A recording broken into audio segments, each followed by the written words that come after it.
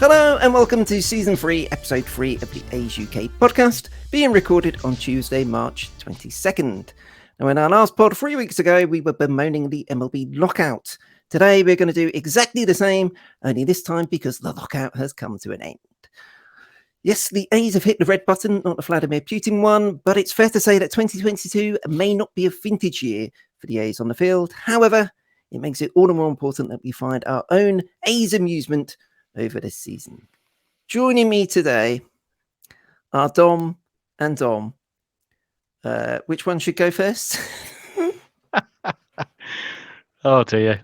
So for the benefit of our listeners, Jay is dressed as me, but this is also the second time we've attempted to start this podcast because we got 10 minutes in before Matt admitted that he hadn't pressed record. Oh, God.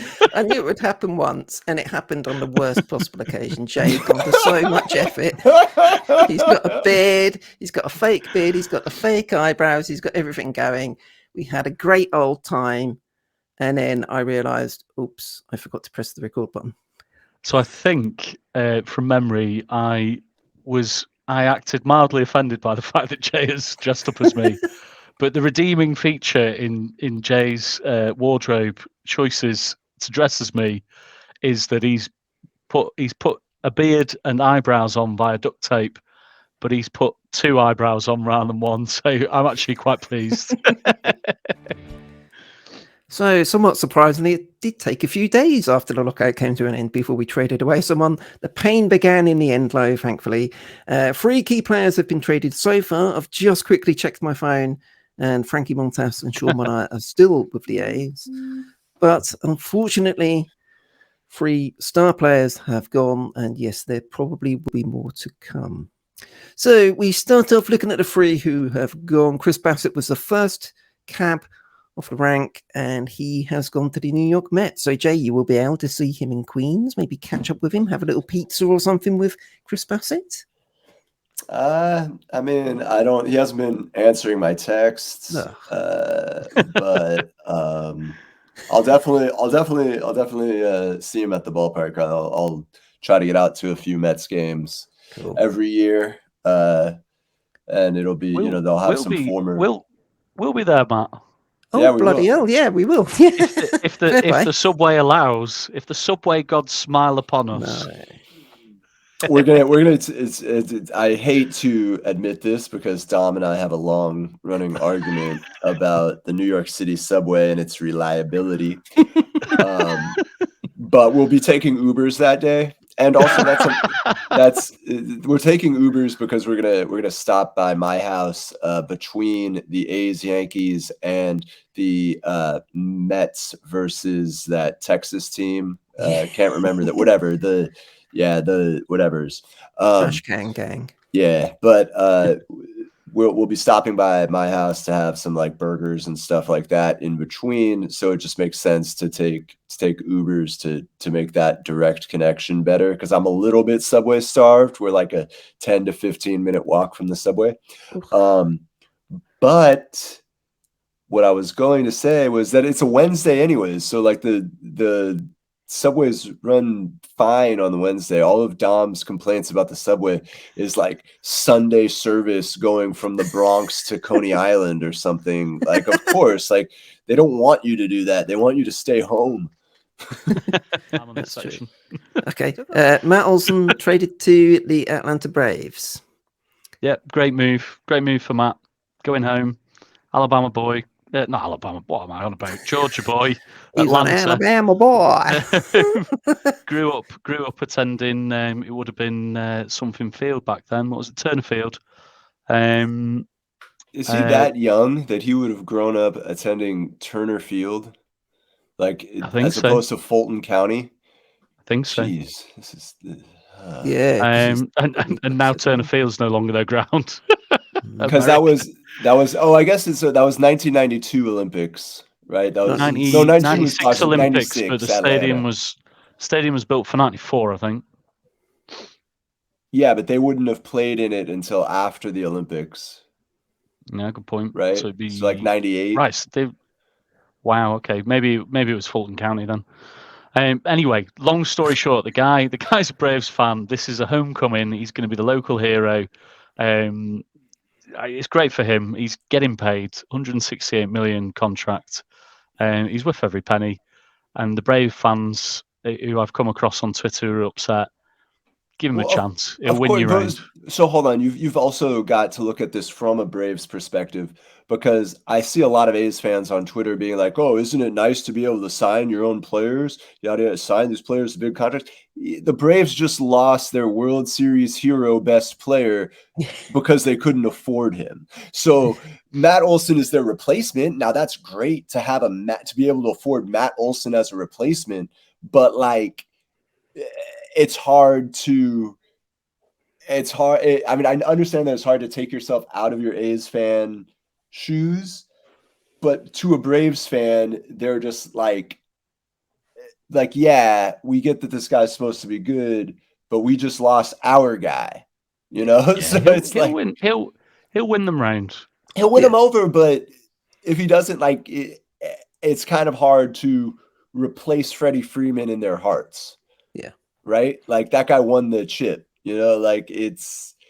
And he was the guy when they did their rebuild before going into whether it is Truist Park. They traded away Hayward, they traded away Andrelton Simmons, they traded away Craig Kimbrell. He was the one they kept. So he's very much been the heartbeat of that team for like 11 years or so. So yeah, and to lose him to the Dodgers for them as the team they knocked out in the National League Championship Series, it's like that's the last thing they wanted. But yeah, you're absolutely right, Dom. I'm sure he'll win them over, but yeah, it'll take a little bit of time, I suspect. But I'm sure he'll do great there. And obviously he's joined up again with Ron Washington, who's a coach there, who we all love, Wash.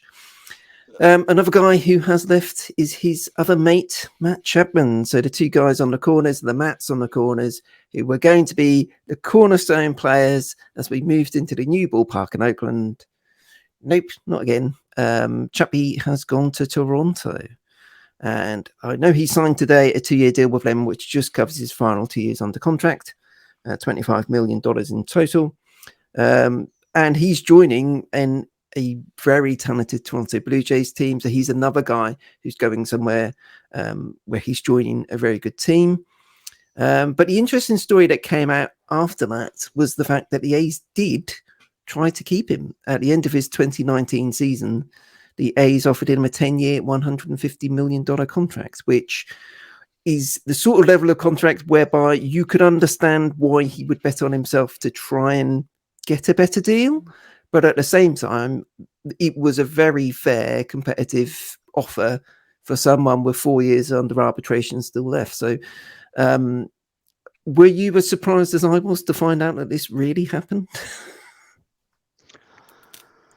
Yes, because it involves a huge sum of money, which is not very A's-like. And no, in that his form fell off a cliff and the game was completely destroyed by COVID. So it would have been an incredibly A's thing to spend all of our money at the worst possible time on a player that was about to drop off a cliff form-wise. Yeah, I mean, that's what we did with KD. We gave him the money and then he dropped off a cliff. We gave the money, obviously the biggest contract we have given out came in 2004, the $66 million contract extension we signed with Eric Chavez, and he spent a lot of that deal battling injuries, didn't he? So, yeah, it was an interesting one, Jay, but it's perhaps illustrative of where we are as a team, that even though they were prepared to put some good money on the table, he was also thinking, well, are the A's going to keep me around? Are they going to build a good team around me? And so it's the sort of thing where we want the A's to be. It's not just about trying to sign one player. It's about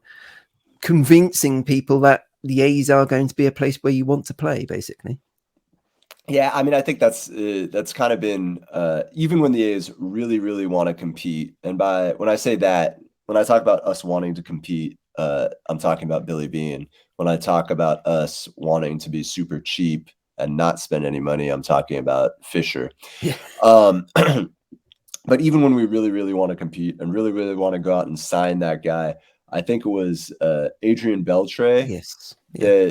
That we couldn't. You know, like he's like we offered him more money and he still went to Texas. Like, I think that kind of thing. We need to part of it is we need a new ballpark to get out of that.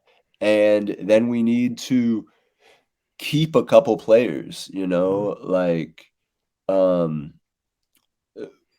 we've always been very hesitant about who we keep, and then when we do keep someone, we seem to keep the wrong person. Not a Like great combination, is it? we extended Jermaine Dye, after his injury, and then we spent all this time rehabbing him and getting him back to who he was, and then he leaves, still not quite who he was, but he goes to the White Sox and wins a World Series with them. He's a World Series MVP, and he finds he hits that level again with another team. So like we need to keep a couple of these guys. We need a ballpark, and then we can talk about like being a player in the free agent market.